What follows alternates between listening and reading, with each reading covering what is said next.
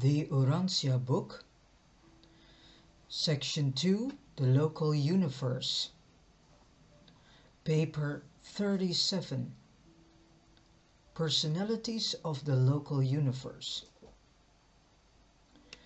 At the head of all personality in Nebadon stands the Creator and Master Son, Michael, the Universe Father and Sovereign.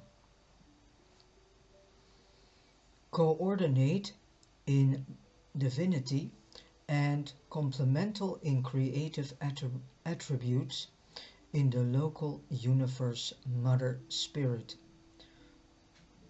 the Divine Minister of Salvington, because that is how this spirit is also being named.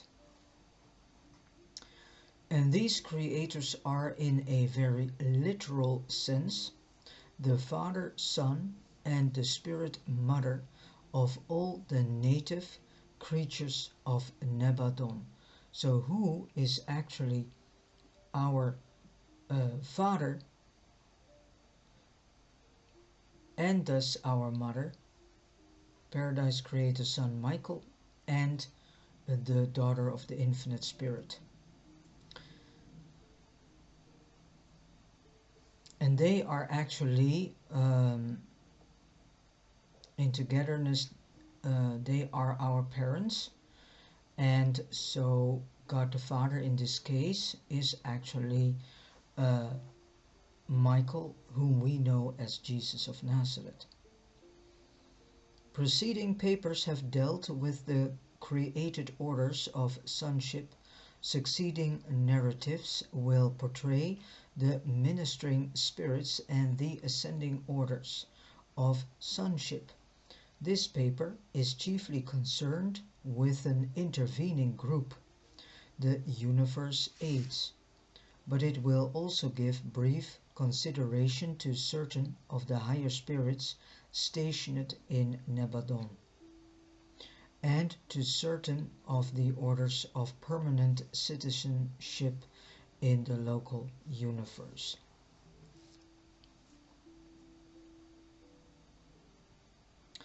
One, the Universe Aids. Many of the unique orders generally grouped in this category are unrevealed, but as presented in these papers, the Universe Aids include the following 7 orders. 1. Bright and morning stars. 2. Brilliant evening stars. 3. Archangels. 4. Most High Assistants. 5. High Commissioners. 6. Celestial Overseers. And 7. Mansion World Teachers.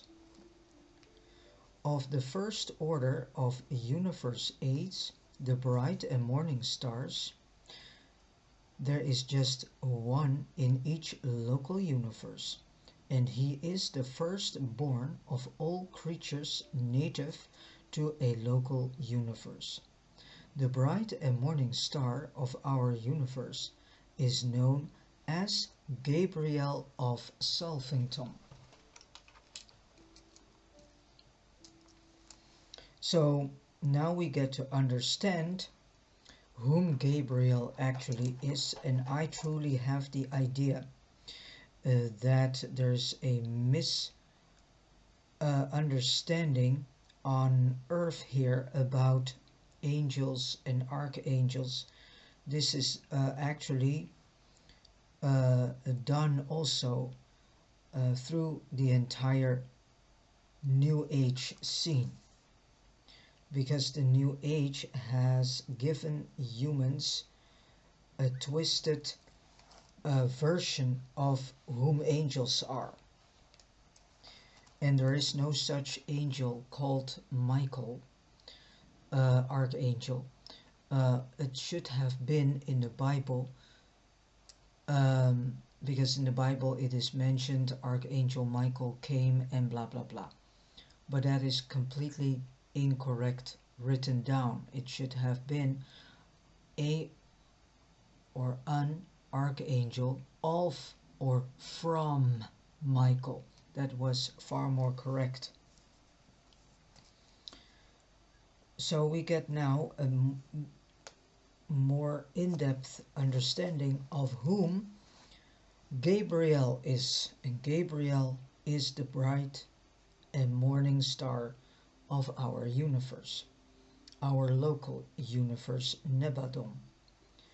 Gabriel is the chief executive of all Nebadon, functioning as the personal representative of the sovereign Son, and as a spokesman for his creative consort. So you can say that as we call this on earth, you have a president and then you have a vice president. So this is the way how you could imagine this or see this function that Gabriel is having. He is what you can say the right hand of the master sovereign of this local universe, the master sovereign ruler, better said, of this local universe.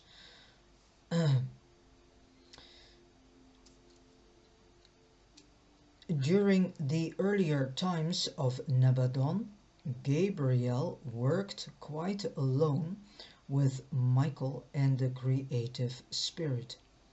As the universe grew and administrative problems multiplied, he was provided with a personal staff of unrevealed assistants, and eventually this group was augmented by the creation of the Nebadon Corps of Evening Stars.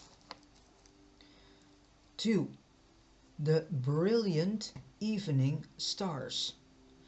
These brilliant creatures were planned by the Melchizedeks and were then brought into being by the Creator Son and the creative spirit. The creative spirit is the same as the local universe mother spirit or divine minister. Sometimes she's also called creative spirit. They serve in many capacities, but chiefly as liaison officers of Gabriel, the local universe chief executive. One or more of these beings function as his representatives at the capital of every constellation and system in Nebadon. As chief executive of Nebadon, Gabriel is ex officio chairman of or observer at most of the Salvington conclaves, and as many as 1,000 of these are often in session simultaneously. The brilliant evening stars represent Gabriel on these occasions. He cannot be in two places at the same time, and these super angels compensate for this limitation. They perform an analogous service for the corpse of the Trinity teacher sons. The corpse of the Trinity teacher sons, though personally occupied with administrative duties, Gabriel maintains contact with all other phases of universe life and affairs through the brilliant evening stars. They always accompany him on his planetary tours and frequently go on special missions to the individual planets as his personal representatives. On such assignments, they have sometimes been known as the angel of the Lord. They frequently go to Ulversa to represent the bright and morning star before the courts and assemblies of the Ancients of Days, but they seldom journey beyond the confines of Orphanton. The brilliant evening stars are a unique twofold order, embracing some of created dignity and others of attained service. The Nebadon corps of these super angels now numbers 13,641. There are 4,832 of created dignity, while 8,809 are ascendant spirits who have attained this goal exalted service. Many of these ascendant evening stars started their universe careers as seraphim. Others have ascended from unrevealed levels of creature life as an attainment goal. This high corps is never closed to ascension candidates so long as a universe is not settled in light and life.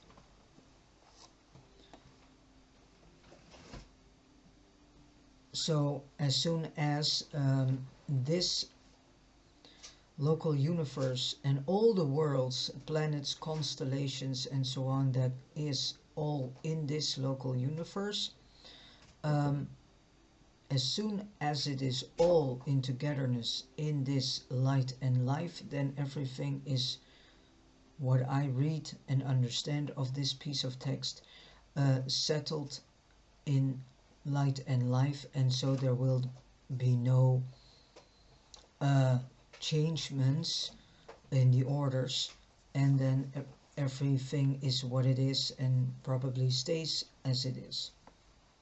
Both types of brilliant evening stars are easily visible to Morontia personalities and certain types of supermortal material beings. The created beings of this interesting and versatile order possesses a spirit force which can be manifested independently of their personal presence. The head of these super angels is Gavalia. Gavalia is the firstborn of this order in Nebadon. Since the return of Christ Michael from his triumphant bestowal on Urantia, Gavalia has been assigned to the ascendant mortal ministry, and for the last 1900 years at least, Urantia years so to speak, his associate Galancia has maintained headquarters on Jerusalem, where he spends about half of his time. Galancia is the first of the ascendant super angels to attain this high estate. It is interesting to know that every person and being in this Urantia book, if it has a name, it really is mentioned by its name. No grouping or company organization of the brilliant evening stars exists other than their customary association in pairs on many assignments. They are not extensively assigned on missions pertaining to the ascendant career of mortals, but when thus commissioned, they never function alone. They always work in pairs, one a created being, the other an ascendant evening star, which means that we, in our huge team of celestial helpers, we have two seraphims because they always work in pairs, as we now read. I knew this already from the English version.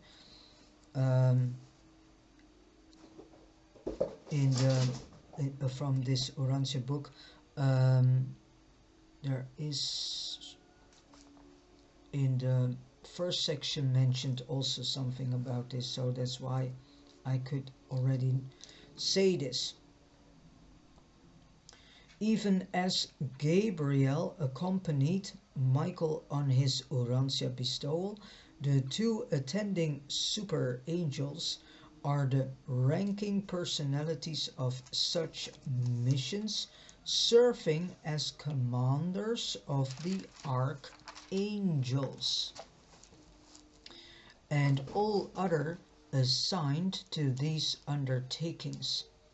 It is the senior of these super angel commanders who at the significant time and age bids the avonal bestowal son, and an avonal bestowal son is also a Vorondadek son. And this is mentioned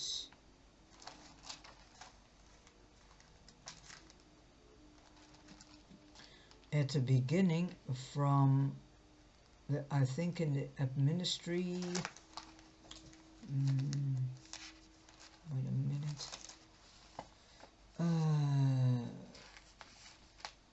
Yeah, in the audio video named The Local Universe Sons of God, you can find out more about the avonal sons, whom they are, and sometimes it is they say Vorondadek sons or then avonal sons, and in that paper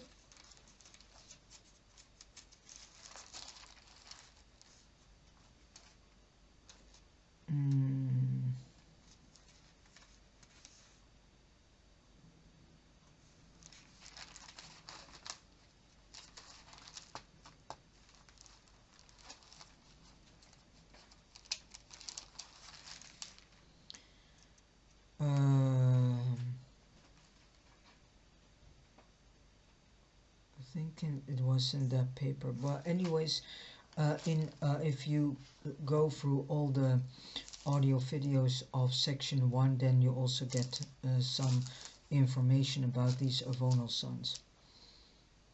And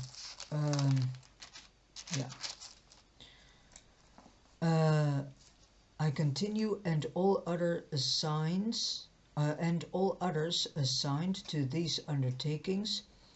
It is the senior of these super angel commanders who, at the significant time and age, bids the avonal bestowal son be about your brother's business.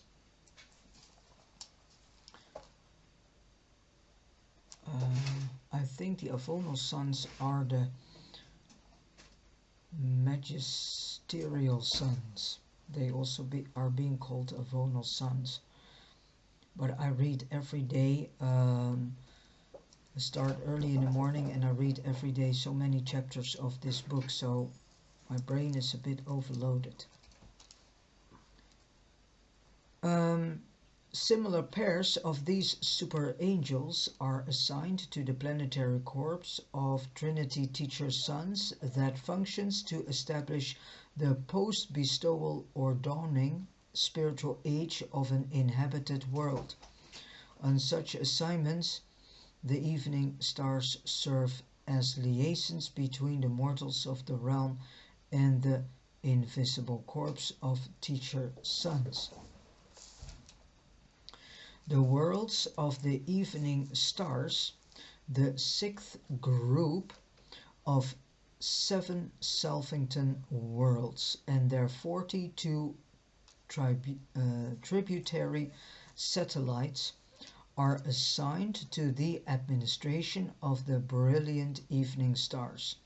The 7 primary worlds are presided over by the created orders of these super angels, while the tributary satellites are administered by ascendant evening stars. The satellites of the first 3 worlds are devoted to the schools of the teacher suns, and the evening stars dedicated to the spirit personalities of the local universe. The next 3 groups are occupied by similar joint schools deserved or devoted, better said, to the training of ascending mortals. The 7th world satellites are reserved for the triune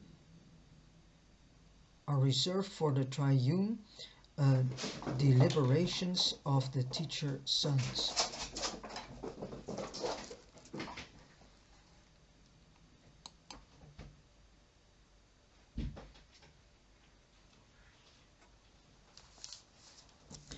The evening stars and the finaliters. During recent times, these super angels have been closely identified with the local universe work of the corps of the finality, and they have long been associated with the teacher suns. There exists a liaison of tremendous power and import between the evening stars and the gravity messengers attached to the finaliter working groups. The 7th primary world itself is reserved for those unrevealed matters which pertain to the future relationship that will obtain between the teacher suns, the finaliters, and the evening stars, consequent upon the completed emergence of the super-universe manifestation of the personality of God the Supreme. 3. The archangels. And if you know terminology as God the Supreme, God the Ultimate, these are, I think we get this during the reading of section 2 and 3 of this Orancia book, whom I see as a spiritual guide for us mortal beings here on earth / Orancia. The archangels. Archangels are the offspring of the Creator Son, the eternal Son is that, and the universe Mother Spirit. They are the highest type of high spirit being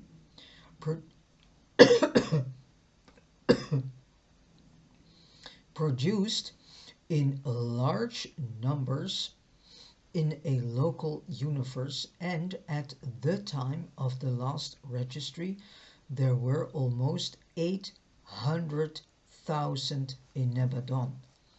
So it's a growing group.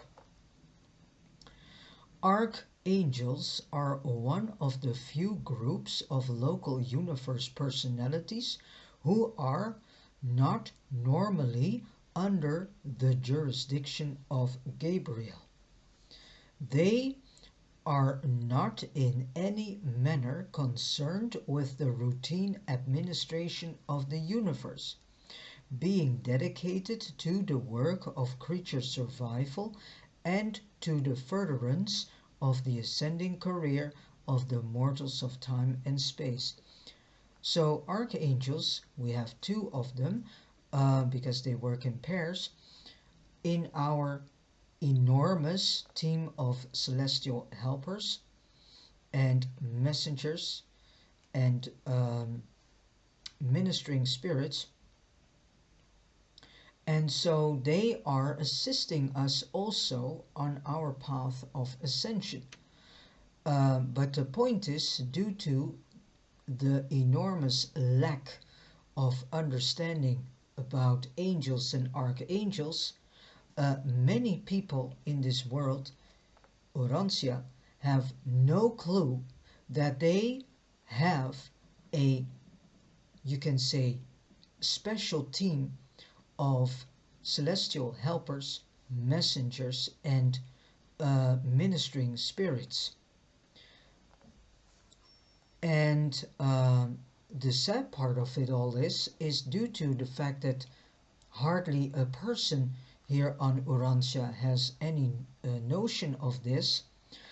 They are actually still sitting and waiting for us to ask their help and support. And this tremendous, huge team of celestial helpers, ministers, messengers, and ministering spirits, they don't do anything without us coming to them. And they are the outstretched arms, so to speak, of the Paradise Father, and also at the same time of the Paradise Creator Son, Michael, whom we know as Jesus of Nazareth, who is our Master Sovereign Ruler of this local universe, Nebadon. So they are actually, in a certain way, you can say, jobless in many cases, because not many people know this.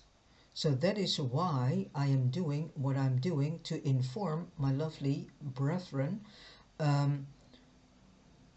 with a deeper, higher spiritual background about angels, about Urantia itself, about this local universe, about the central universe, about the super universes, and so on.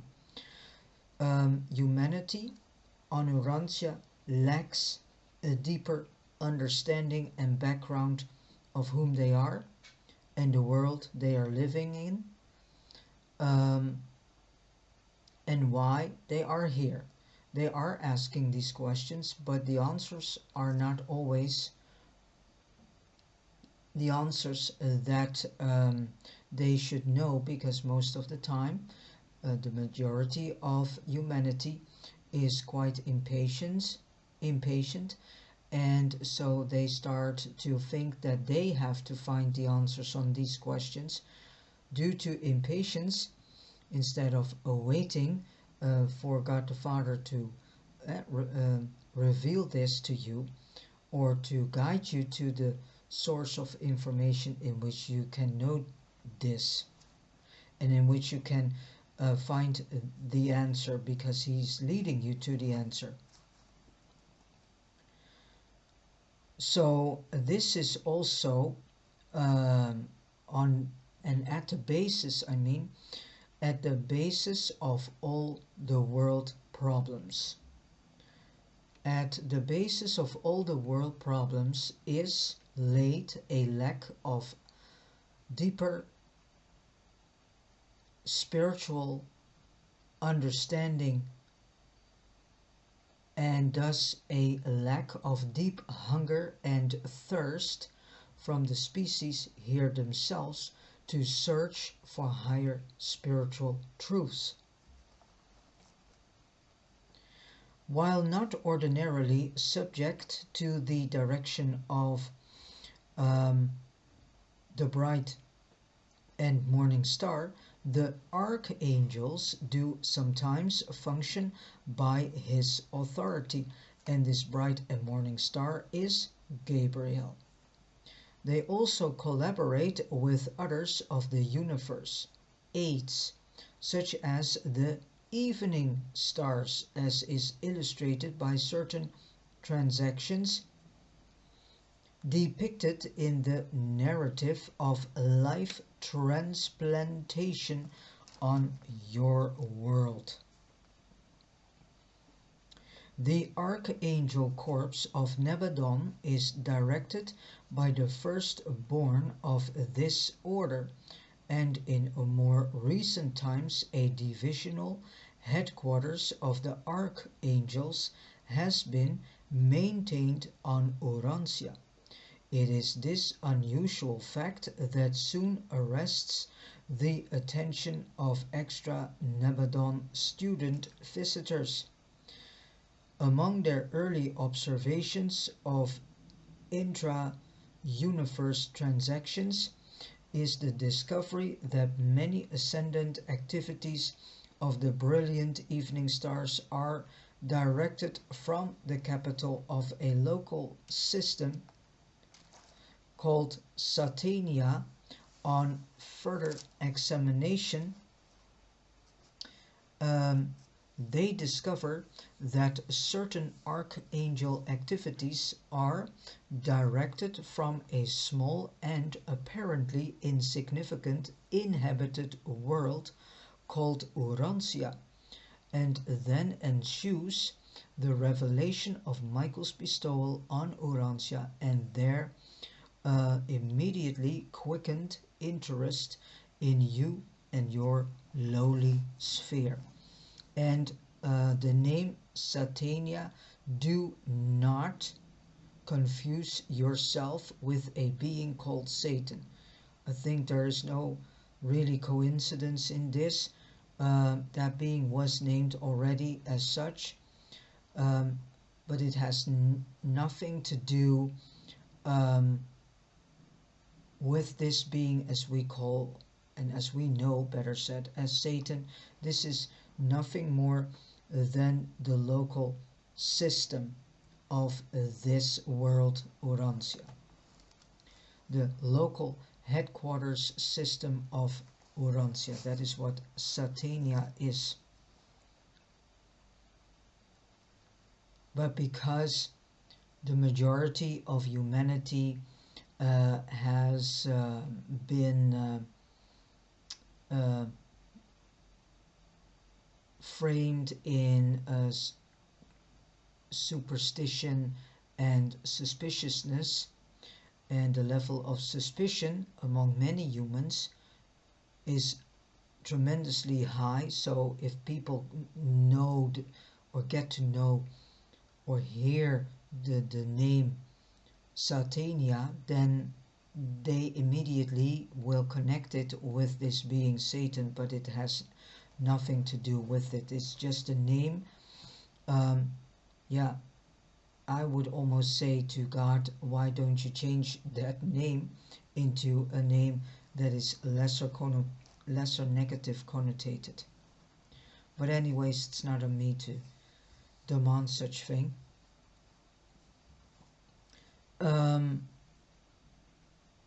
Because it is what it is, and this was already named, this headquarters system of Urantia was already named before the actual being known as Satan existed.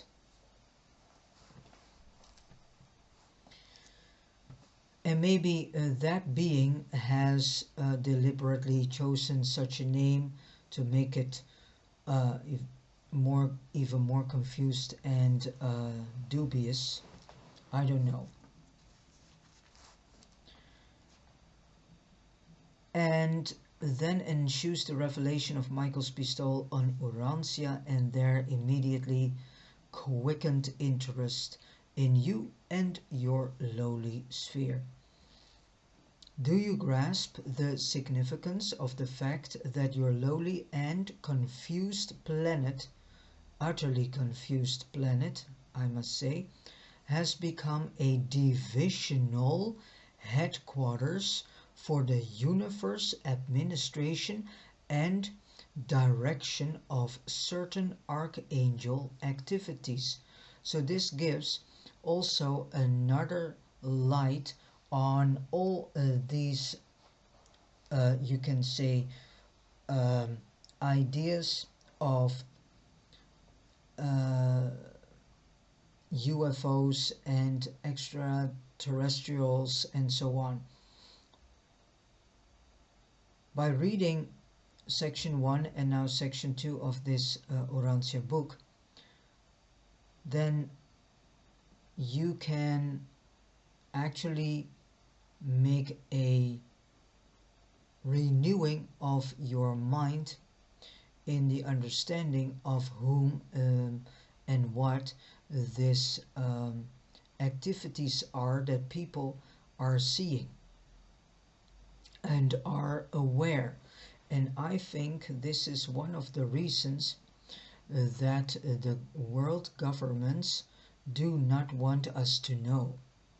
And I think that this is also one of the reasons why they do so many spraying in the air, so that there is this division between us and those beings whom are operating in this world, so that we do not know also their workings, and when they go from one place to another place, that we can see and are observing in the sky. So yeah, probably this spraying also has to do with making sure that we do not always see the real deal stuff in the air. But eventually, because I truly believe that the archangels have their counter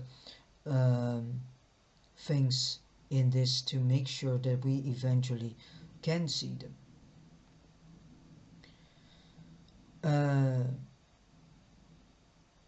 Having to do with the Paradise Ascension scheme.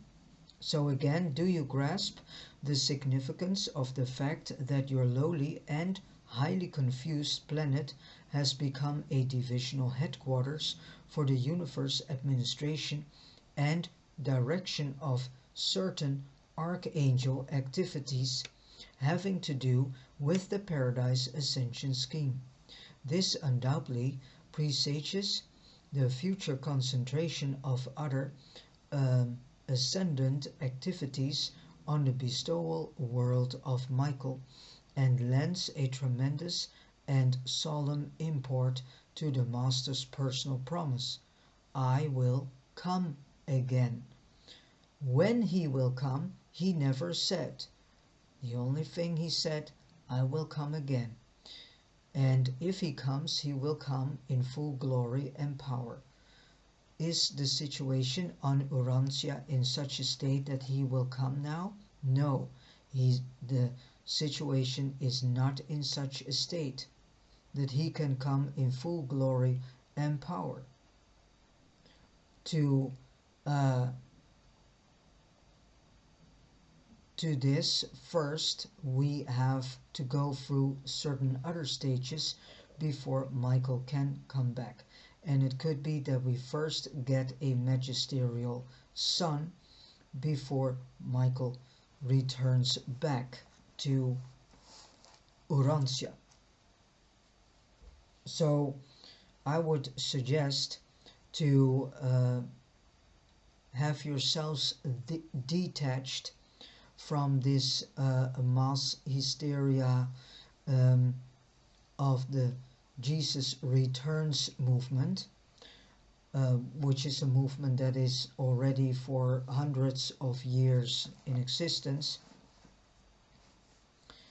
And I want to say that 1,000 years on Urantia is almost the same as one day in the universe. So in actuality, Michael just has left the house.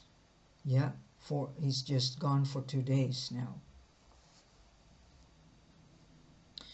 In general, the archangels are assigned to the service and ministry of the avonal order of sonship, but not until they have passed through extensive preliminary training in all phases of the work of the various ministering spirits. A corps of 100 accompanies every paradise bestowal son to an inhabited world, being temporarily assigned to him for the duration of such a bestowal. If the magisterial son should become temporary ruler of the planet, these archangels would act as the directing heads of all celestial life on that sphere. So the magisterial son is actually the avonal son. 2 senior archangels are always assigned as the personal aides of a paradise avonal on all planetary missions, whether involving judicial actions, magisterial missions, or bestowal incarnations. Magisterial sons are also bestowals. When this, and they are another group of paradise creator sons. When this paradise son has finished the judgment of a realm and the dead are called to record, the so-called resurrection, because no one understands clearly what resurrection is, because all the information available on this planet about resurrection is written by man and is interpreted by man. And we all know that humanity is at different levels of soul growth, so each person interprets information in a different way. So the same for the so-called resurrection. There's a lot written about it by several thousands of people during the last 2000 years. But these people have understood it from their level of understanding of and thus their level of soul growth and spiritual growth, and thus understanding what resurrection is. So that is why we have a confused image and understanding of resurrection. That what is mentioned in the Bible is completely incorrect. It is literally true that the seraphic guardians of the slumbering personalities respond to the voice of the archangel.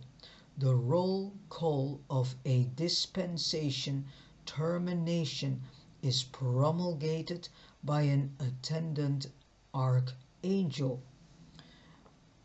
This is the archangel of the resurrection, sometimes referred to as the Archangel of Michael, but in the Bible it is being stated as Archangel Michael. The "of" is taken out. So there's a lot of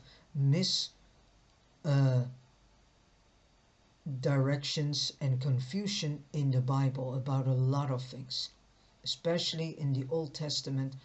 And the Celestials are telling us in this Urantia book that the Old Testament is very distorted.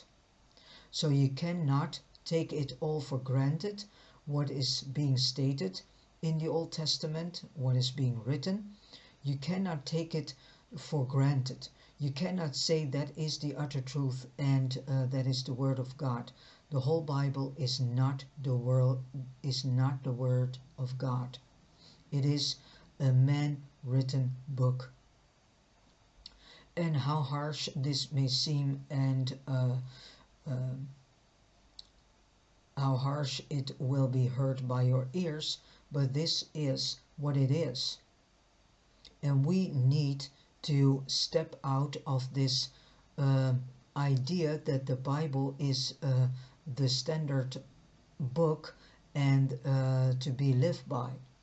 What God the Father wants us actually is that we start growing beyond the Bible, and that we are coming into this deep hunger and thirst for higher spiritual truths.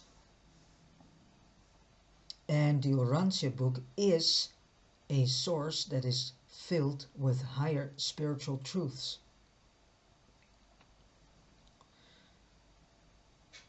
The worlds of the archangels, the seventh group of the encircling Salvington worlds with their associated satellites, is assigned to the archangels.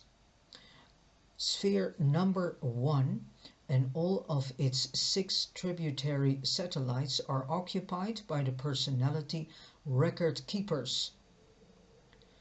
We all have, because I'm for sure that there is an angel, and I think, yeah, it is one of the 2 archangels that also records everything that we say, that we do, that we think, and that we speak. Everything is recorded, and this will be kept in a huge archive. The Earth itself has also an archive. So when they were creating this Urantia book, this huge team of celestial beings and messengers and ministering spirits, they not only were using the personal records of all the people of that time and age when Jesus was here, and thus Michael himself, they also used the archives of this planet, for many still known as Earth, but actually called Urantia. And then there's of course also the cosmic archives, and the Melchizedeks have their archives. So yeah, if they couldn't find really the information that was needed for us to know, then they went to the higher ups, and then they came with their records of information. This enormous corps of recorders busied themselves with keeping straight the record of each mortal of time from the moment of birth up through the universe career until such an individual either leaves Salvington for the super-universe regime or is blotted out of recorded existence. Blotted out of recorded existence means that you have become completely wiped out of existence. This happens only to those who continually refuse mercy from God the Father and refuse to come back to God the Father, or who have not brought their soul in survival, which means people only, which means those people who only lived a waste life. That is how they call it. That is living a life in which you only live life and have been busy with only worldly system activities and not thinking in any way, shape or form during your life whom you truly are, and that you have and not even questioning yourselves of whom you are, and that you are a being with a soul, and that God the Father is with you. No, you have a certain group of people whom are in no way, shape or form interested in finding out whom they are, why they are here, and why they are living life. And these people eventually die, and if they didn't went for soul survival, what happens is that they will be seen as non-salvageable, which means they will be seen as those beings, mortals, who have lived a waste life.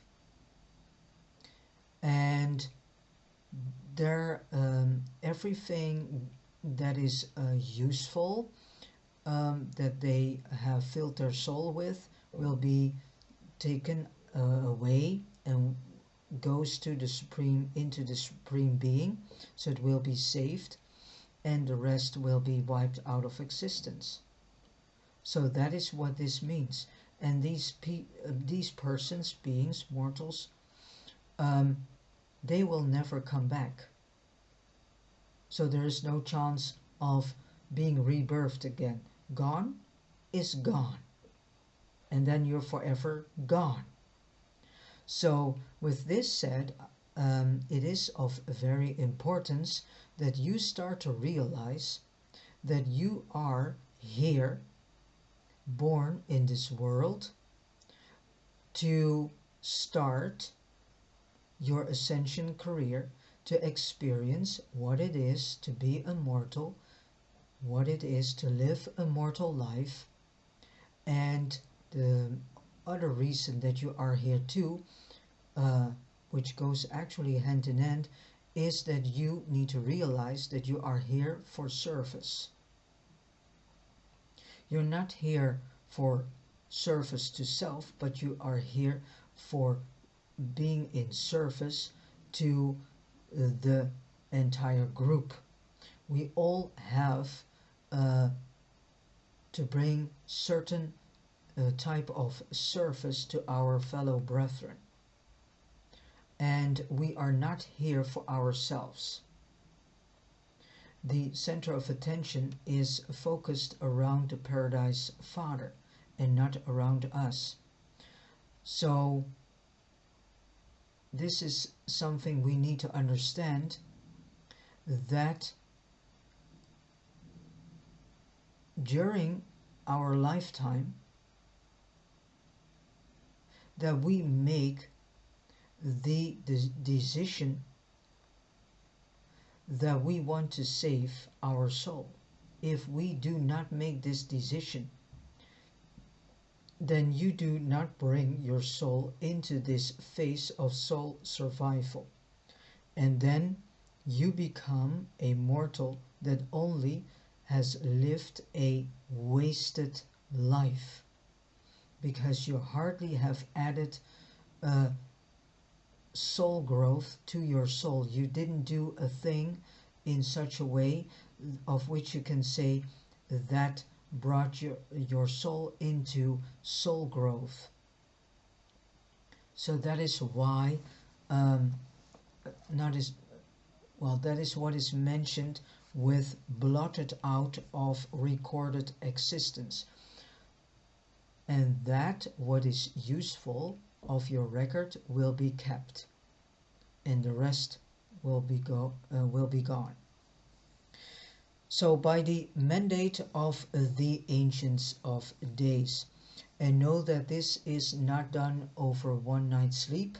This is quite a process, but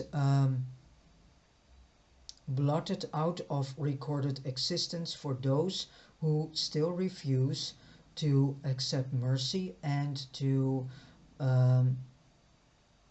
acknowledge that they are a son of God, and that they have sonship in God, and that they have to surrender their will to the will of God. When they are being at the brink of being blotted out of existence, this is a whole procedure, and this procedure is not done in just one night's sleep. It's a carefully taken process, because the Paradise Father doesn't want actually any of his children being perished. It is on these worlds that personality records and identification sureties are classified, filed, and preserved during that time which intervenes between mortal death and the hour of repersonalization, the resurrection from death. 4. Most High Assistants.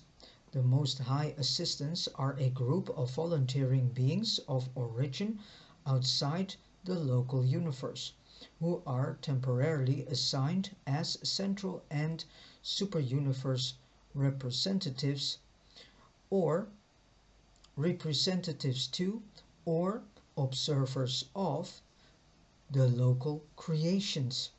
Their number varies constantly but is always far, far up in the millions. From time to time, we thus benefit from the ministry and assistance of such paradise origin beings as perfecters of wisdom,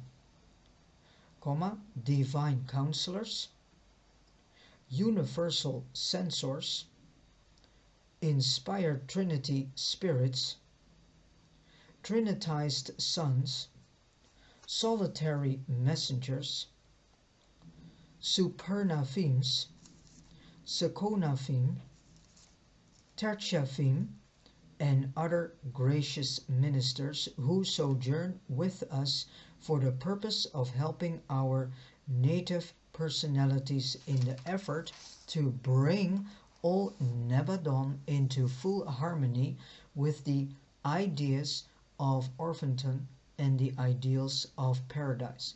So what is actually the great plan of the Paradise Father is to bring all life back into and on the path of light and life.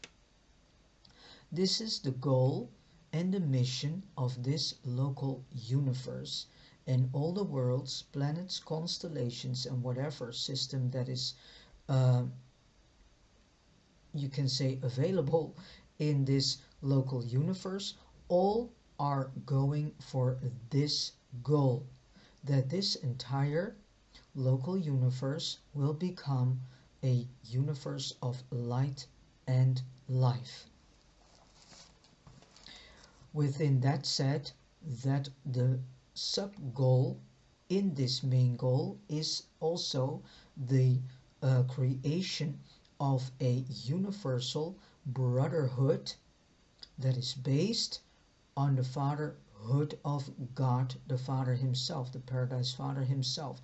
A brotherhood not only of men, mortals, but of all creatures and beings, that we are functioning as one brotherhood on universal level, in this case local universe level. And then eventually if all the local universes are reaching light and life, and this local universe brotherhood that is based on the fatherhood of God the Father, then what do you get is an enormous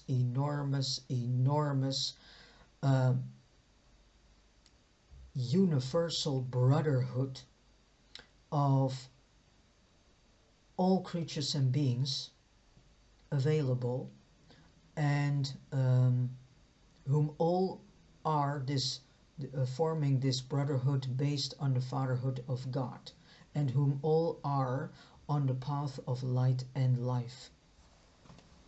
So this is the main goal. This is actually God's plan, because everyone is speaking, yeah, but you are part of God's plan, but no one knows actually what is God's plan. A lot of people have their mouths full of, we are part of a great plan. Yeah, that's nice to know, but what is this great plan? That's far more interesting to know.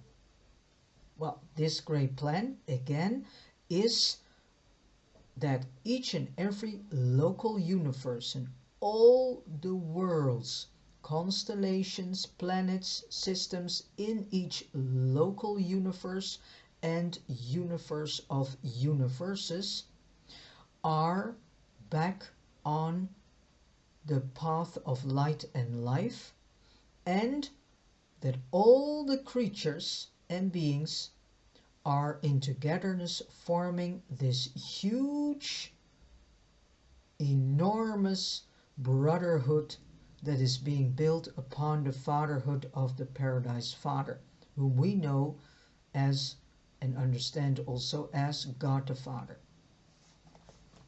That is the plan.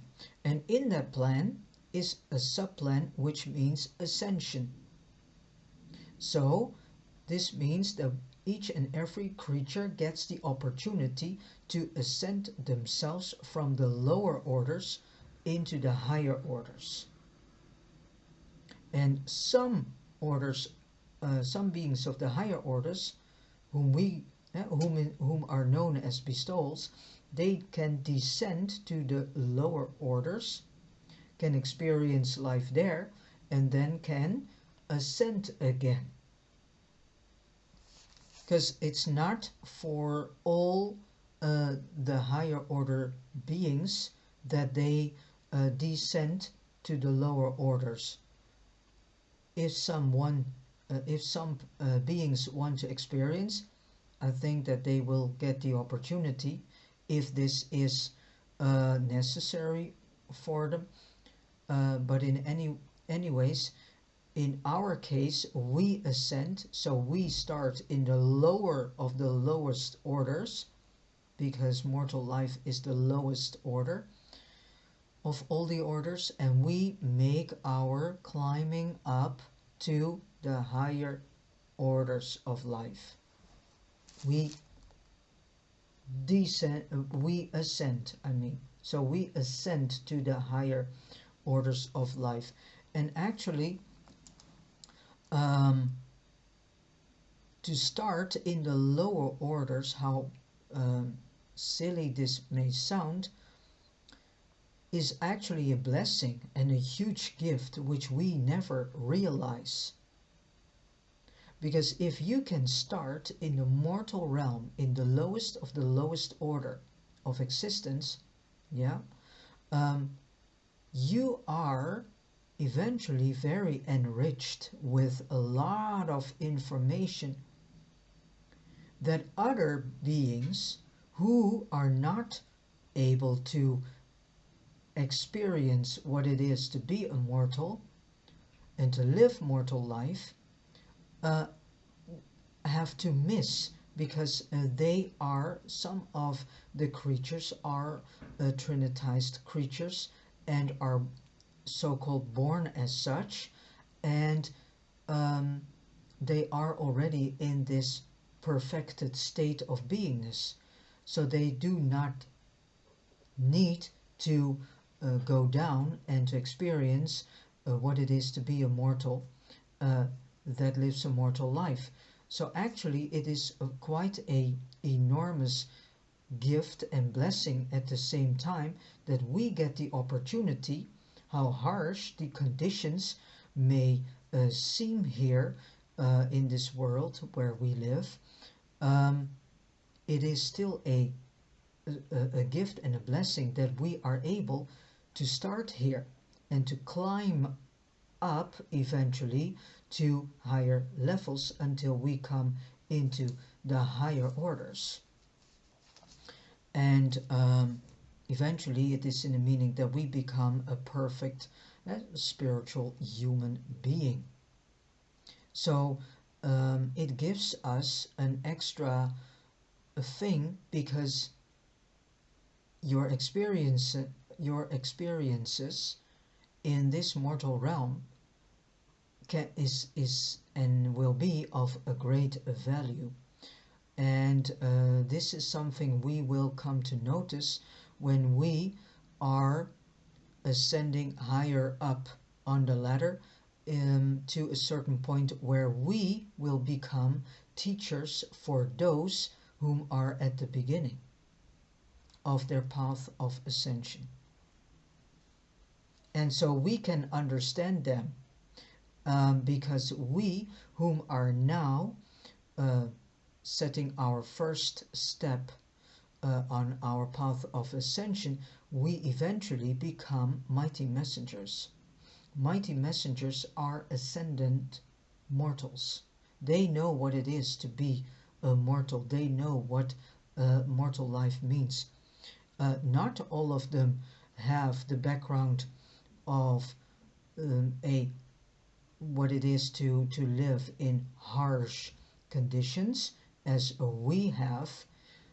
Urantia is one of the 36 planets that is in spiritual quarantine.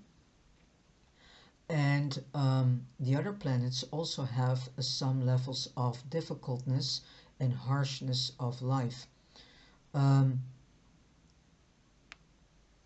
And those planets and worlds whom are not in a spiritual quarantine due to extreme rebelliousness, they experience also what it is to be immortal, but in a far different way than we do. They don't have these extreme harsh conditions as we have here on Urantia. So some mighty messengers are ascendants from worlds like Urantia, where the life conditions are very harsh and difficult. So that is why the mighty messengers can understand us very well, most of them, because they themselves were in the same position as we are in.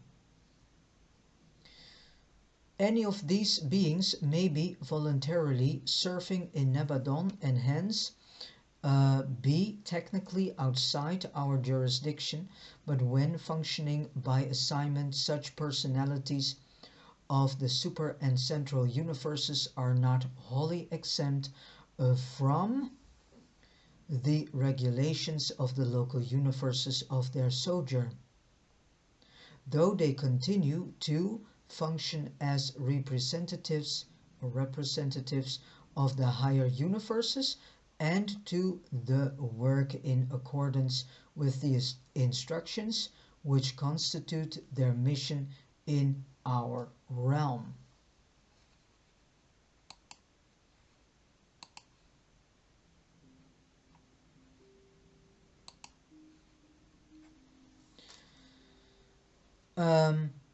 Their general headquarters is situated in the Salvington sector of the Union of Days, and the Union of Days is known as Emmanuel, and they operate in Nebadon subject to the over supervision of this ambassador of the Paradise Trinity. When serving in unattached groups, these personalities from the higher realms are usually self-directing, but when serving on request, they often voluntarily place themselves wholly under the jurisdiction of the supervising directors of the realms of assigned function. I want to go into this name Emmanuel, who is the Union of Days in this local universe Nebadon. This name is very confused with Jesus. Jesus is also known on Urantia as Emmanuel or Emmanuel, but Jesus himself says in his life story that is discussed in section 4 of this book, which I already have uploaded several audio videos of. In his life story, Jesus is saying himself that he is not Emmanuel and he's not Emmanuel, And so we need to understand that this is also a misconception, misunderstanding, due to lack of deeper understanding of the higher spiritual truth. Because what the point is actually on Urantia is that most believers are satisfied with a storyline presented in a book that is man written and also by men themselves declared as holy. That book is only giving the image to us of how our forefathers were understanding God the Father. And the picture that is portrayed about God in especially the Old Testament is based on how our forefathers understood whom God is. But our forefathers hung a lot of human characteristics to God. So they gave God a humanousness.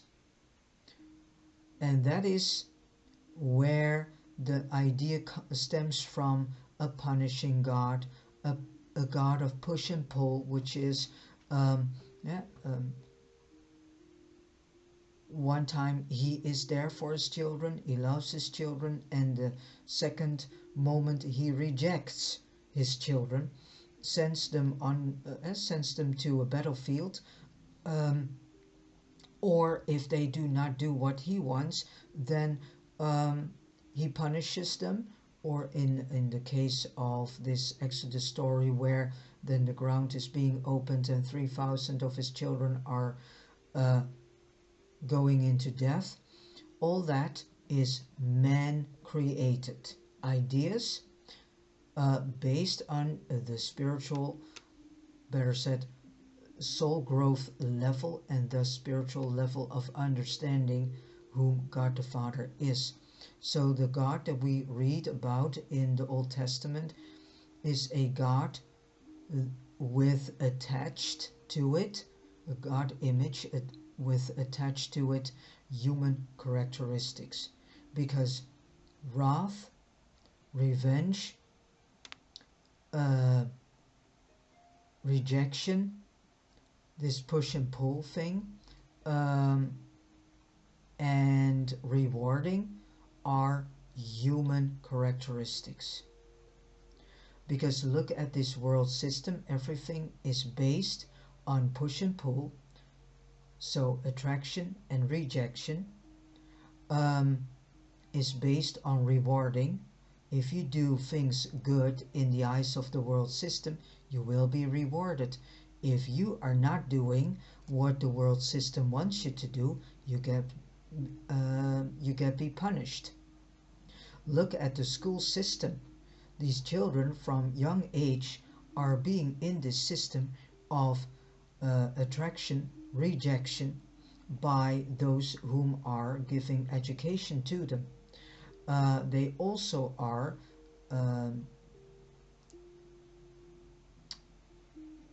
with this reward system. Yeah, the educational system is telling the parents, if you want to change the behavior of your child, you need to reward your child if and when it does something good. So that is all human based. So that is why you cannot rely on just a book. And another thing I want to mention here is relying yourself on a book means that you are placing a book above the God the Father, the Paradise Father himself, because you find that book more trustworthy than God the Father. But what God the Father now is asking from us again is to go beyond this Bible book and go into real communion with God the Father, because the religion of Jesus is a religion of a personal God. This personal God refers to the thought adjuster that is in our mind. God the Father has bestowed a piece of himself unto us in the form of thought adjuster. This thought adjuster resides in our mind. So, with this said, the kingdom of God is already here, is already all over the world. But people do not see this because people are not asking any question about what the kingdom of God actually is. The majority of believers are still in this illusional idea that the kingdom of God comes from heaven and then places itself here on earth. But the kingdom of God is already here because it's in us. That is why Jesus and many people after Jesus have said you need to go the inwards way.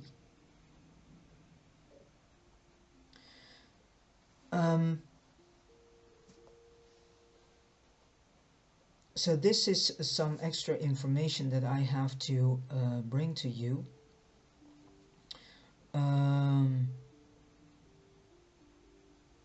So it's about time that we do really question the things presented to us, and that we are coming into this tremendous hunger and thirst for higher spiritual truths, and that we are asking as such to God the Father that we may receive the higher spiritual truths, and then He will give it to us.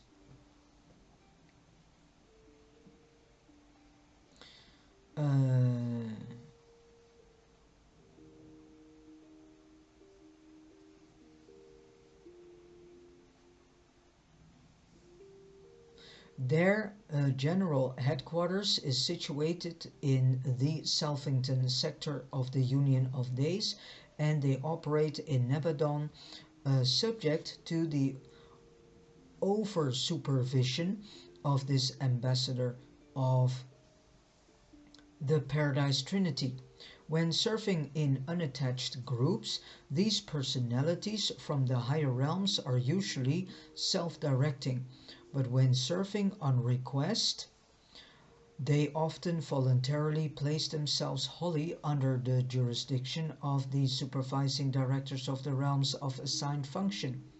Most high assistants serve in local universes and in constellation capacities, but are not directly attached to the system or planetary government. They may, however, function anywhere in the local universe and may be assigned to any phase of Nebadon activity: administrative, executive, educational, and others. Most of this corps is enlisted in assisting the Nebadon Paradise personalities: the Union of Days, the Creator Son, the Faithfuls of Days, the Magisterial Sons, and the Trinity Teacher Sons. Now and then, in the transaction of the affairs of a local creation, it becomes wise to withhold certain details temporarily from the knowledge of practically all of the native personalities of that local universe. Certain advanced plans and complex rulings are also better grasped and more fully understood by the more mature and far-seeing corps of Most High Assistants, and it is in such situations and many others that they are so highly serviceable to the universe rulers and administrators. So reading this, then you can read that service is a high thing to do. And everything is based in God's plan on service. We are here to help each other into higher spiritual growth, into higher spiritual truths, in helping each other to level up. We are not here to degrade each other and to do only service to self. So we need to stop thinking only about ourselves and doing service to self, and in many cases thus lip service, saying A but doing Z. So our life should be based wholly on service, service to others, but in such a way that you are not lacking. And this is the whole point. There are many people who do service, but they do not understand that service needs to be you always need to be in balance. Yeah, so it's you are giving service and you also need to be open to receive. And it is this giving and receiving that needs to be in balance. So then you can be of great service to your fellow brethren without eventually having yourselves drained from your life energy and thus become a being that lacks in many ways and become a being that eventually has given so much of itself that it starts to drain itself completely dry. And when that happens, then you come in an utter dangerous situation, because actually you start to degrade yourself. And this always has and goes with physical problems. Physical problems is also a sign that you are not in balance. So each and every human being should be in service to another human being. And this service needs to be completely selfless.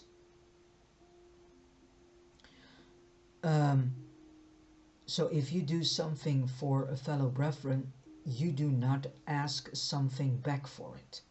You have the complete trust in God the Father that everything you do will eventually being paid out, but in a way that is not always in a way that you have in mind.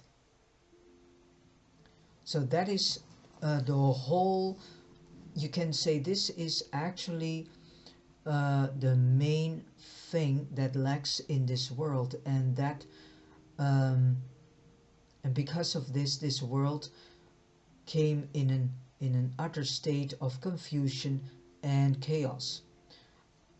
Also plays with this the Lucifer rebellion that is in its last phase of existence.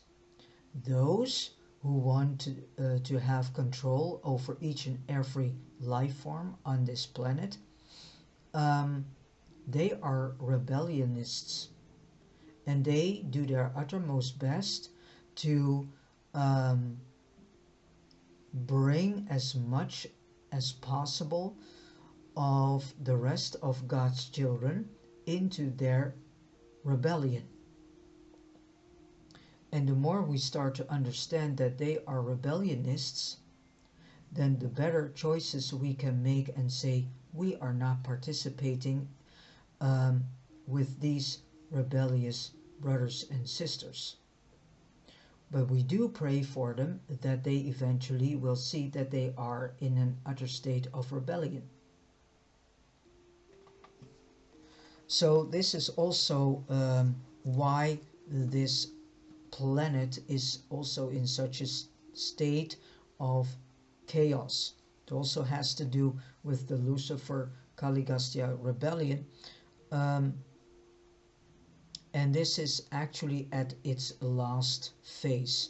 We are seeing the last contractions, but it's on the human race itself. And thankfully, more and more humans become aware of what truly is in the meaning and the consequences of that. And thankfully, more and more are waking up to the fact that they do not want this. And if you are going to and start to wake up, better said, to what you do not want to participate in, then these, and the more people are doing so, then the less power these rebellionists will have over us eventually, because the rest of God's children are those whom are still giving power to these rebellionists by participating in their schemes, in their plans, and by not asking themselves questions, deep questions in what they are actually participating in. So the more conscious people start to become, the better, because that means that the rebellionists have to level up their haste, and the more haste they have with fulfilling their plans, the more sabotages and delays are happening. Because if you are in an utter state of haste, then you are actually blocking yourself, because haste is not the way from which you do things. Alright, point number 5. High Commissioners. The High Commissioners are spirit-fused ascendant mortals. They are not adjuster fused. You quite well understand about the universe ascension career of a mortal candidate for adjuster fusion, that being the high destiny in prospect for all Urantia mortals since the bestowal of Christ Michael. But this is not the exclusive destiny of all mortals in the pre-bestowal ages of the worlds like yours. And there is another type of a world whose inhabitants are never permanently indwelt by thought adjusters. So this is something we need to realize too, that it is actually quite special that we have been given a piece of God Himself known as thought adjuster. So we cannot take anything for granted. Such mortals are never permanently joined in union with a mystery monitor of paradise bestowal. Sometimes they call the thought adjuster a mystery monitor. Nevertheless, the adjusters do transiently indwell them, serving as guides and patterns for the duration of the life in the flesh. During this temporary sojourn, they foster the evolution of an immortal soul, just as in those beings with whom they hope to fuse. But when the mortal race is run, they take eternal leave of the creatures of temporary association.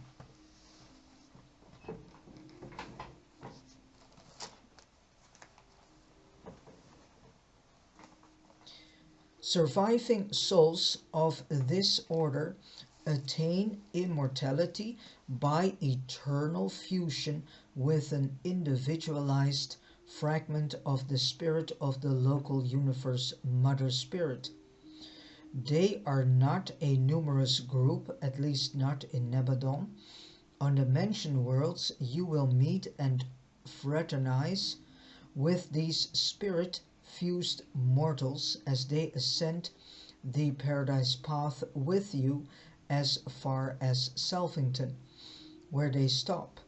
Some of them may subsequently ascend to higher universe levels, but the majority will forever remain in the surface of the local universe.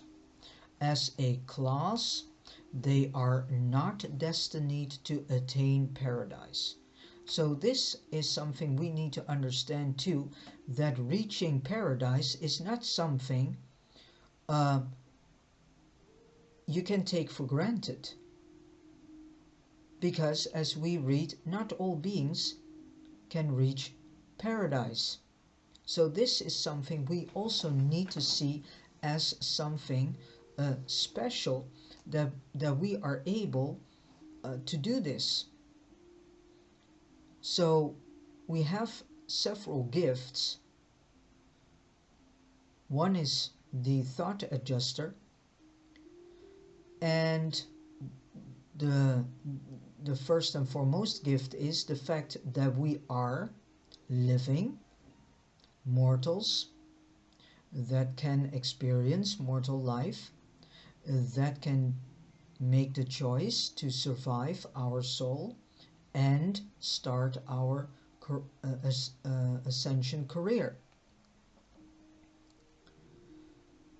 And the gift that we are able eventually to reach paradise. So it's not that it is for every being in this local universe to reach paradise. So this is something we need to understand too.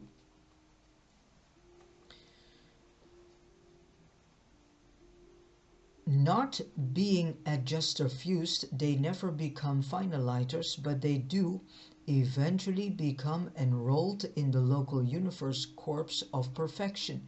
They have in spirit obeyed the Father's command, "Be you perfect." After attaining the Nebadon corps of perfection, spirit-fused ascenders may accept assignment as universe aids, this being one of the avenues of continuing experiential growth which is open to them. Thus do they become candidates for commissions to the high service of interpreting the viewpoints of the evolving creatures of the material worlds to the celestial authorities of the local universe. The High Commissioners begin their service on the planets as race commissioners. In this capacity, they interpret the viewpoints and portray the needs of the various human races. They are supremely devoted to the welfare of the mortal races whose spokesmen they are, ever seeking to obtain for them mercy, justice, and fair treatment in all relationships with other people and other peoples.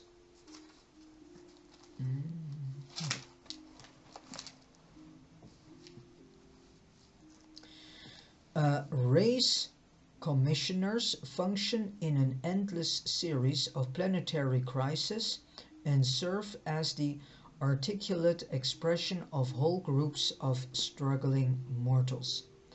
After long experience in problem solving on the inhabited worlds, these race commissioners, are advanced to the higher levels of function, eventually attaining the status of high commissionary and commissioners of and in the local universe.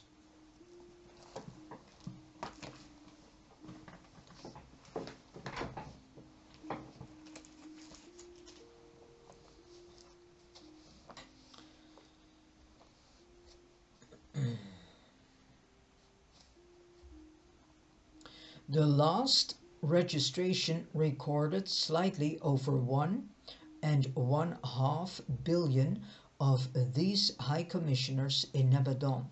These beings are not finaliters, but they are ascendant beings of long experience and of great service to their native realm. We invariably find these commissioners in all the tribunals of justice, from the lowest to the highest. Not that they participate in the proceedings of justice, but they do act as friends of the court, advising the presiding magistrates respecting the antecedents, environment, and inherent nature of those concerned in the adjudication. High Commissioners are attached to the various messenger hosts of space and always to the ministering spirits of time. They are encountered on the programs of various universe assemblies, and these same mortal wise commissioners are always attached to the missions of the sons of God to the worlds of space. Whenever fairness and justice require an understanding of how a contemplated policy or procedure would affect the evolutionary races of time, these commissioners are at hand to present their recommendations. They are always present to speak for those who cannot be present to speak for themselves. The world of the spirit-fused mortals, the eighth group of 7 primary worlds and tributary satellites in the Salvington circuits, are the exclusive possession of the spirit-fused mortals of Nebadon. Ascending adjuster fused mortals are not concerned with these worlds except to enjoy many pleasant and profitable sojourns as the invited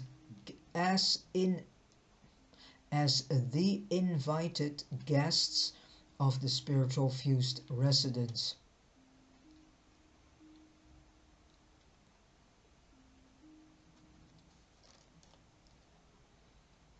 Except for those few who attain Uversa and Paradise, these worlds are the permanent residence of the spirit-fused survivors. Such designed limitation of mortal ascent reacts to the good of the local universe by ensuring the retention of a permanent evolved population whose augmenting experience will continue to enhance the future stabilization and diversification of the local universe. Administration. These beings may not attain paradise, but they achieve an experiential wisdom in the mastery of Nebadon, problems that utterly surpasses anything attained by the transient ascenders. And these surviving souls continue as unique combinations of the human and the divine, being increasingly able to unite the viewpoints of these two widely separate levels and to present such a dual viewpoint with ever heightening wisdom. How many is this?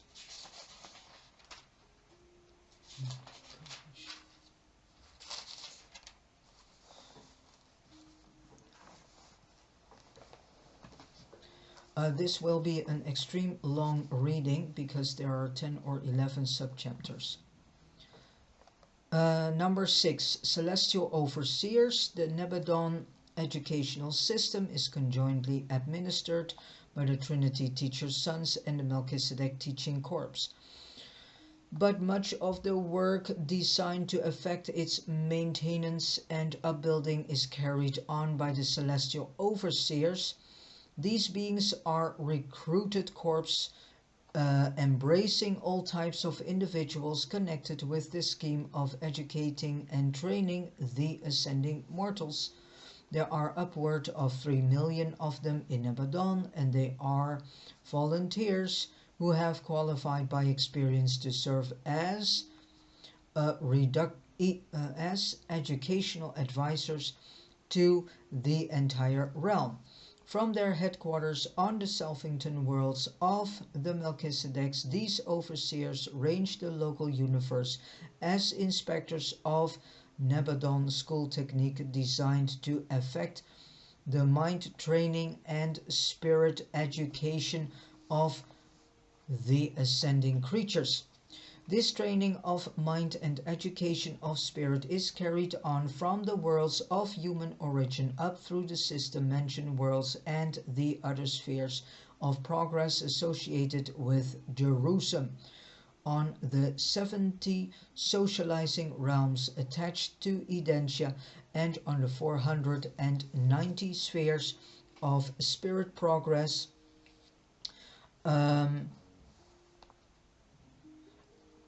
encircling Salvington. On the universe headquarters itself are numerous Melchizedek schools, the colleges of the universe sons, the seraphic universities, and the schools of the teacher's sons, and the union of days. Every possible provision is made to qualify the various personalities of the universe for advancing service and improving function. The entire universe is one vast school. So life on this planet is actually a school. The methods employed in many of the higher schools are beyond the human concept of the art of teaching truth. But this is the keynote of the whole educational system, a character acquired by enlightened experience. The teachers provide the enlightenment, the universe station, and the ascender's status afford the opportunity for experience. The wise utilization of these two augments character. Fundamentally, the Nebadon educational system provides for your assignment to a task and then affords you opportunity to receive instruction as to the ideal and divine method of best performing that task. You are given a definite task to perform, and at the same time you are provided with teachers who are qualified to instruct you in the best method of executing your assignment. The divine plan of education provides for the intimate association of work and instruction. We teach you how best to execute the things we command you to do. The purpose of all this training and experience is to prepare you for admission to the higher and more spiritual training spheres of the super universe. Progress within a given realm is individual, but transition from one phase to another is usually by classes. The progression of eternity does not consist solely in spiritual development. Intellectual acquisition is also a part of universal education. The experience of the mind is broadened equally with the expansion of the spiritual horizon. Mind and spirit are afforded like opportunities for training and advancement, but in all this superb training of mind and spirit, you are forever free from the handicaps of mortal flesh. No longer must you constantly reverie the conflicting contentions of your divergent spiritual and material natures. At last you are qualified to enjoy the unified urge of a glorified mind, long since divested of primitive animalistic trends towards things material. Before leaving the universe of Nebadon, most Urantia mortals will be afforded opportunity to serve for a longer or shorter time as members of Nebadon Corps of Celestial Overseers. Oh wow, that's interesting. Point 7. Mention World Teachers. The Mention World Teachers are recruited and glorified cherubims. Like most other instructors in Nebadon, they are commissioned by the Melchizedeks. They function in most of the educational enterprises of the Morontia life, and their number is quite beyond the comprehension of mortal mind, as an attainment level of cherubim and sanobim. The mentioned world teachers will receive further consideration in the next paper, while as teachers playing an important role and part in the Morontia life. They will be more extensively discussed in the paper of that name. And then 8, higher spirit orders of assignment, and we have 10 sub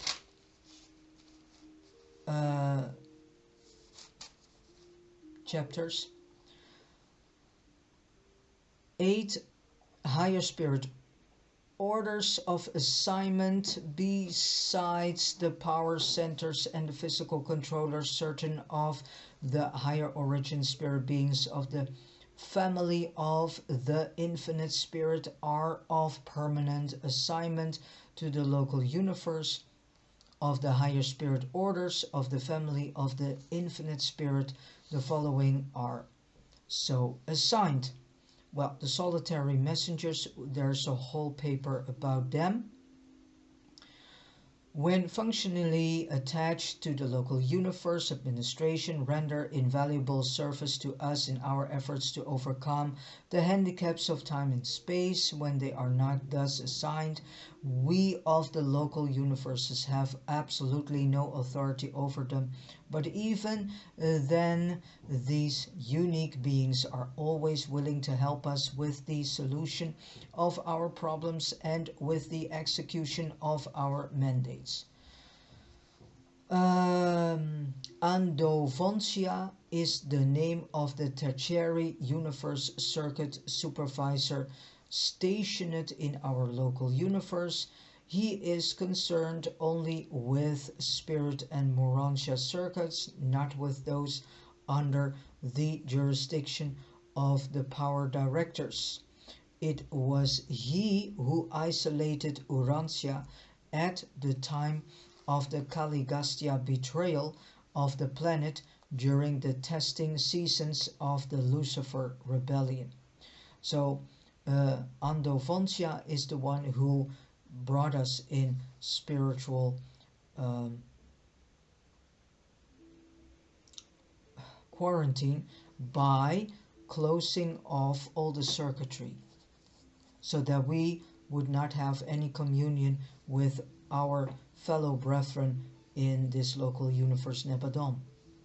And this is of course done for our own safety, but especially also for the safetyness for all other brethren in this local universe. In sending greetings to the mortals of Urantia, he expresses pleasure in the anticipation of your sometime restoration to the universe circuits of his supervision. I came to understand that they are step by step reopening the circuits again. Some parts of the circuits are reopened. The Nebadon Census Director, Salsatia, maintains headquarters within Gabriel's sector of Salvington. He is automatically cognizant of the birth and death of will and currently registers the exact number of will creatures functioning in the local universe. He works in close association with the personality recorders domiciled on the record worlds of the archangels. An associated inspector is resident on Salvington. He is the personal representative of the Supreme Executive of Orphanton. His associates, the assigned sentinels in the local systems, are also representatives of the Supreme Executives of Orphanton. The universal conciliators are the traveling courts of the universes of time and space, functioning from the evolutionary worlds up through every section of the local universe and on beyond. These referees are registered on Uversa. The exact number operating in Nebadon is not of record, but I estimate that there are in the neighborhood of 100 million conciliating commissions in our local universe. Of the technical advisors, the legal minds of the realm, we have our quota about 1/2 billion. These beings are the living and circulating experiential law libraries of all space.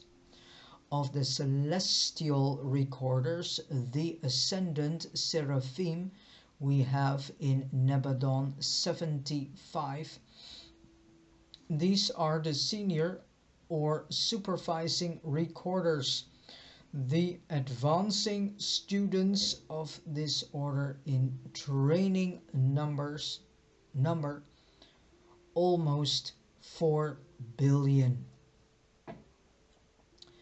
The ministry of the 70 billion Morontia companions in Nebadon is described in those narratives dealing with the transition planets of the pilgrims of time.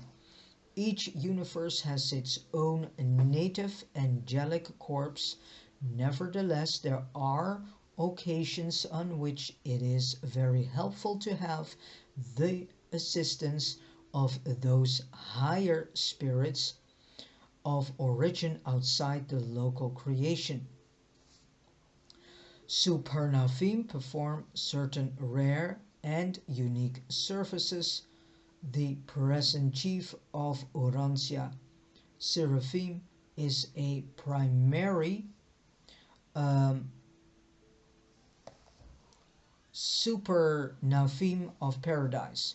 The reflective Sekonavim are encountered wherever the super-universe personnel is functioning, and a great many Terchavim are of temporary service as most high assistants. 9 permanent citizens of the local universe. As with the super and central universes, the local universe has its orders of permanent citizenship. These include the following created types: 1. Susetia, 2.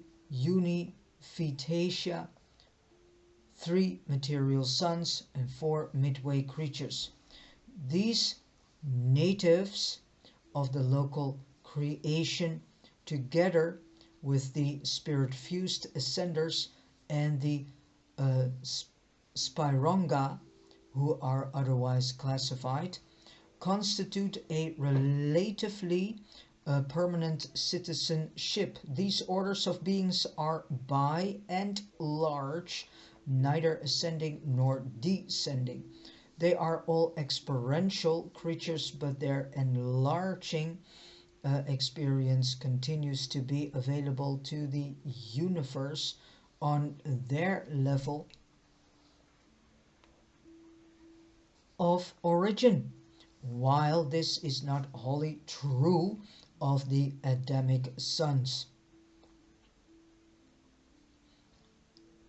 and midway creatures, it is relatively true of these orders. And then we start here with the Susetia. These marvelous beings reside and function as permanent citizens on Salvington, the headquarters of this local universe.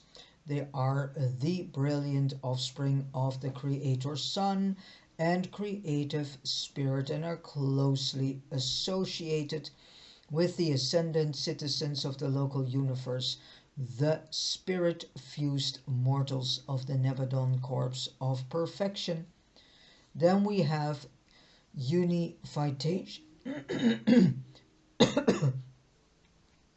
Then we have unifitatia. Each of the 100 constellation headquarters clusters of architectural spheres enjoys the continuous ministry of residential order of beings known as the unifitatia. These children of the Creator Son and the creative spirit constitute the permanent population of the constellation headquarters worlds. There are non-reproducing beings existing on a plane of life about halfway between the semi-material status of the material sons domiciled on the system headquarters and the more definitely spiritual plane of the spirit-fused mortals and the Susetia of Salvington. But the unifitatia are not Morontia beings. They accomplish for ascending mortals during the traversal of the constellation spheres what the Havona natives contribute to the pilgrim spirits passing through the central creation. Then we have the material sons of God, when a creative liaison between the Creator Son and the universe representative of the Infinite Spirit, the universe Mother Spirit, has completed its cycle, when no more offspring of the combined nature are forthcoming, then does the Creator Son personalize in dual form his last concept of being, thus finally confirming his own and original dual origin.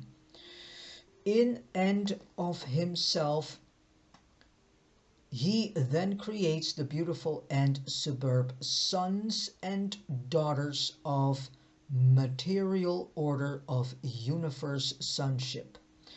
This is the origin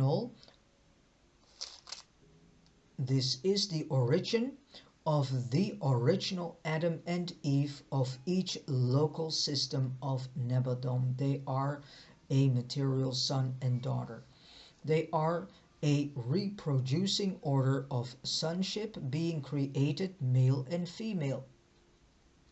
Their progeny function as the relatively permanent citizens of a system capital, though some are commissioned as planetary Adams on a planetary mission. The material son and daughter are commissioned to found the Adamic race of that world, a race designed eventually to amalgamate with the mortal inhabitants of that sphere. Planetary Adams are both descending and ascending sons, but we ordinarily class them as ascending. Then we have the midway creatures. In the early days of most inhabited worlds, certain superhuman but materialized beings are of assignment, but they usually retire upon the arrival of a planetary Adams. The transactions of such beings and the efforts of the material sons to improve the evolutionary races often result in the appearance of a limited number of creatures who are difficult to classify. These unique beings are often midway between the material sons and the evolutionary creatures, hence their designation midway creatures. In a comparative sense, these midwayers are the permanent citizens of the evolutionary worlds from the early days of the arrival of a planetary prince to the far distant time of the settling of the planet in light and life. They are the only group of intelligent beings to remain continuously on the sphere. On Urantia, the midway ministers are in reality the actual custodians of the planet. They are, practically speaking, the citizens of Urantia, are indeed the physical and material inhabitants of an evolutionary world, but you are all so short-lived. You tarry on your nativity planet such a short time. You are born, live, die, and pass on to other worlds of evolutionary progression. Even the superhuman beings who serve on the planets as celestial ministers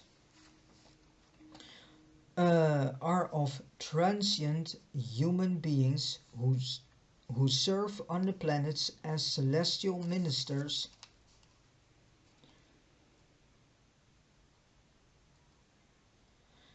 are of transient assignment. Few of them are long attached to a given sphere. The midway creatures, however, provide continuity of planetary administration in the face of ever-changing celestial ministries and constantly shifting mortal inhabitants. Throughout all of this never-ceasing changing and shifting, the midway creatures remain on the planet uninterruptedly carrying on their work. In like manner, all divisions of the administrative organization of the local universes and superuniverses have their more or less permanent populations, inhabitants of citizenship status, as Urantia has its midwayers. Jerusalem, your system capital, has the material sons and daughters. Edensia, your constellation headquarters. So Edensia is the constellation headquarters of the constellation Norlatia Deck, because that is the name of the constellation to which Urantia is also connected to. Has the Uniphytatia, while the citizens of Salvington are twofold, the created Susatia and the evolved spirit-fused mortals, the administrative worlds of the minor and major sectors, U minor and U major, of the superuniverses do not have permanent citizens, but the Uversa headquarters spheres are continuously fostered by an amazing group of beings known as the abandoners. The creation of the unrevealed agents of the ancients of days and the 7 reflective spirits resident on the capital of Orphanton. These residential citizens on Uversa are at present administering the routine affairs of their world under the immediate supervision of the Uversa corps of the sun-fused mortals.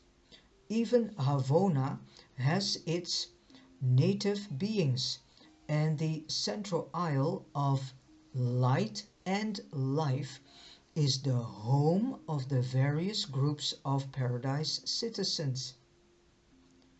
And then as last we have point number 10, which is the last sub-chapter of this paper 37, that is all about the personalities of the local universe. Number 10, other local universe groups besides the seraphic and mortal orders who will be considered in later papers. There are numerous additional beings concerned in the maintenance and perfecting of such a gigantic organization as the universe of Nebadon, which even now has more than 3 million inhabited worlds, with 10 million in prospect. So these 10 million worlds, as I come to understand, are worlds chosen to have life there. The various Nebadon types of life are much too numerous to be catalogued in this paper, but there are 2 unusual orders that function extensively on the 647,591 architectural spheres of the local universe that may be mentioned. The first one is Spironga. The Spironga are the spirit offspring of the bright and morning star and the father Melchizedek. They are exempt from personality termination, but are not evolutionary as ascending beings. Neither are they functionally concerned with the evolutionary ascension regime. They are the spirit helpers of the local universe, executing the routine spirit tasks of Nebadon. And then we have the Spornatia. The Spornatia are the architectural headquarters worlds of the local universe, are real worlds, physical creation. There is much work connected with their physical upkeep, and herein we have the assistance of a group of physical creatures called Spornatia. They are devoted to the care and culture of the material faces of these headquarters worlds, from Jerusalem to Salvington. Spornatia are neither spirits nor persons. They are an animal order of existence, but if you could see them, you would agree that they seem to be perfect animals.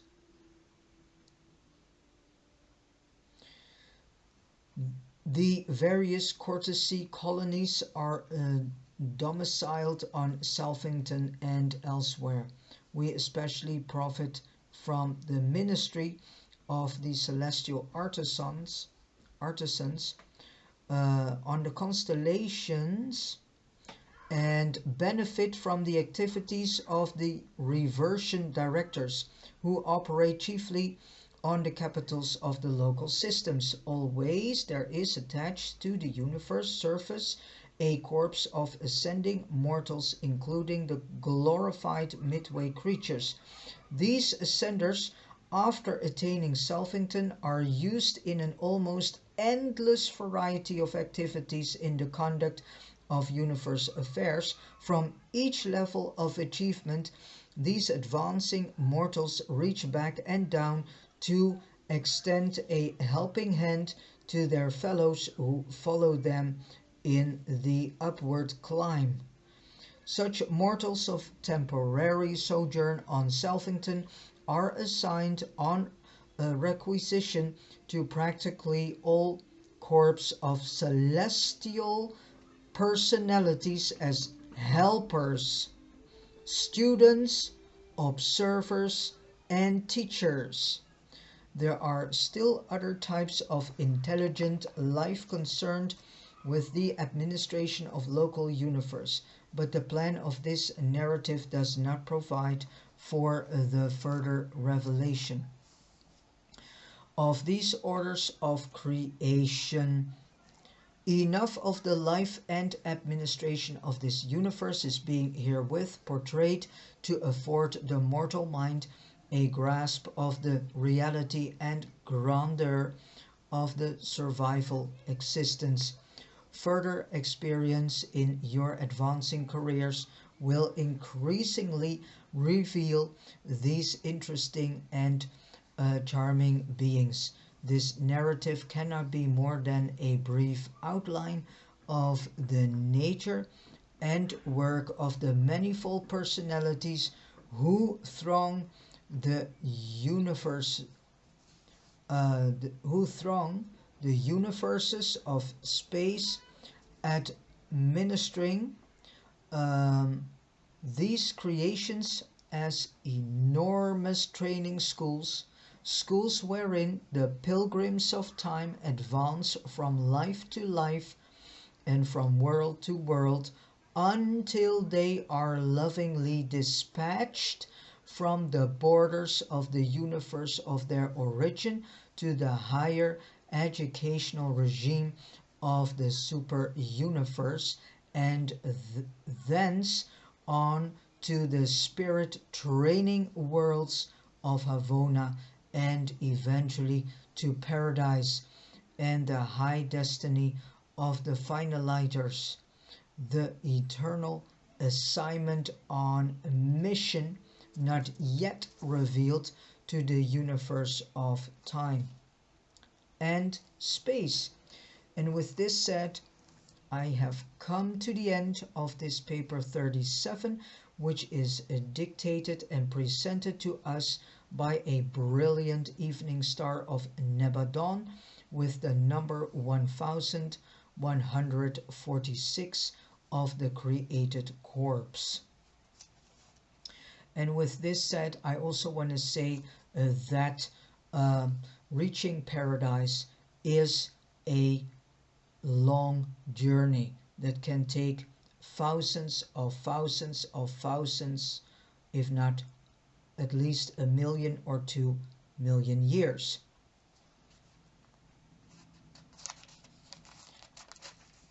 So do not be in a hurry, I would say.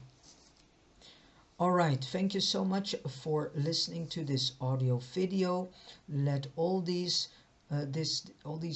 words of wisdom and information sink into your heart, mind, and soul, and that your heart, mind, and soul will be cleansed and renewed, and that all old information will be undone, especially old information that is of no purpose anymore, that this will be undone from your soul, heart, and mind, and will be replaced with this information on which your soul can grow into new levels of understanding life and universe, and growing itself into a new level of cosmic intelligence. All right, I wish you all a beautiful, joyful day, and that everything that comes forth from your hands will be fruitful and of service to your fellow brethren and to this world. And as last I say, God bless you.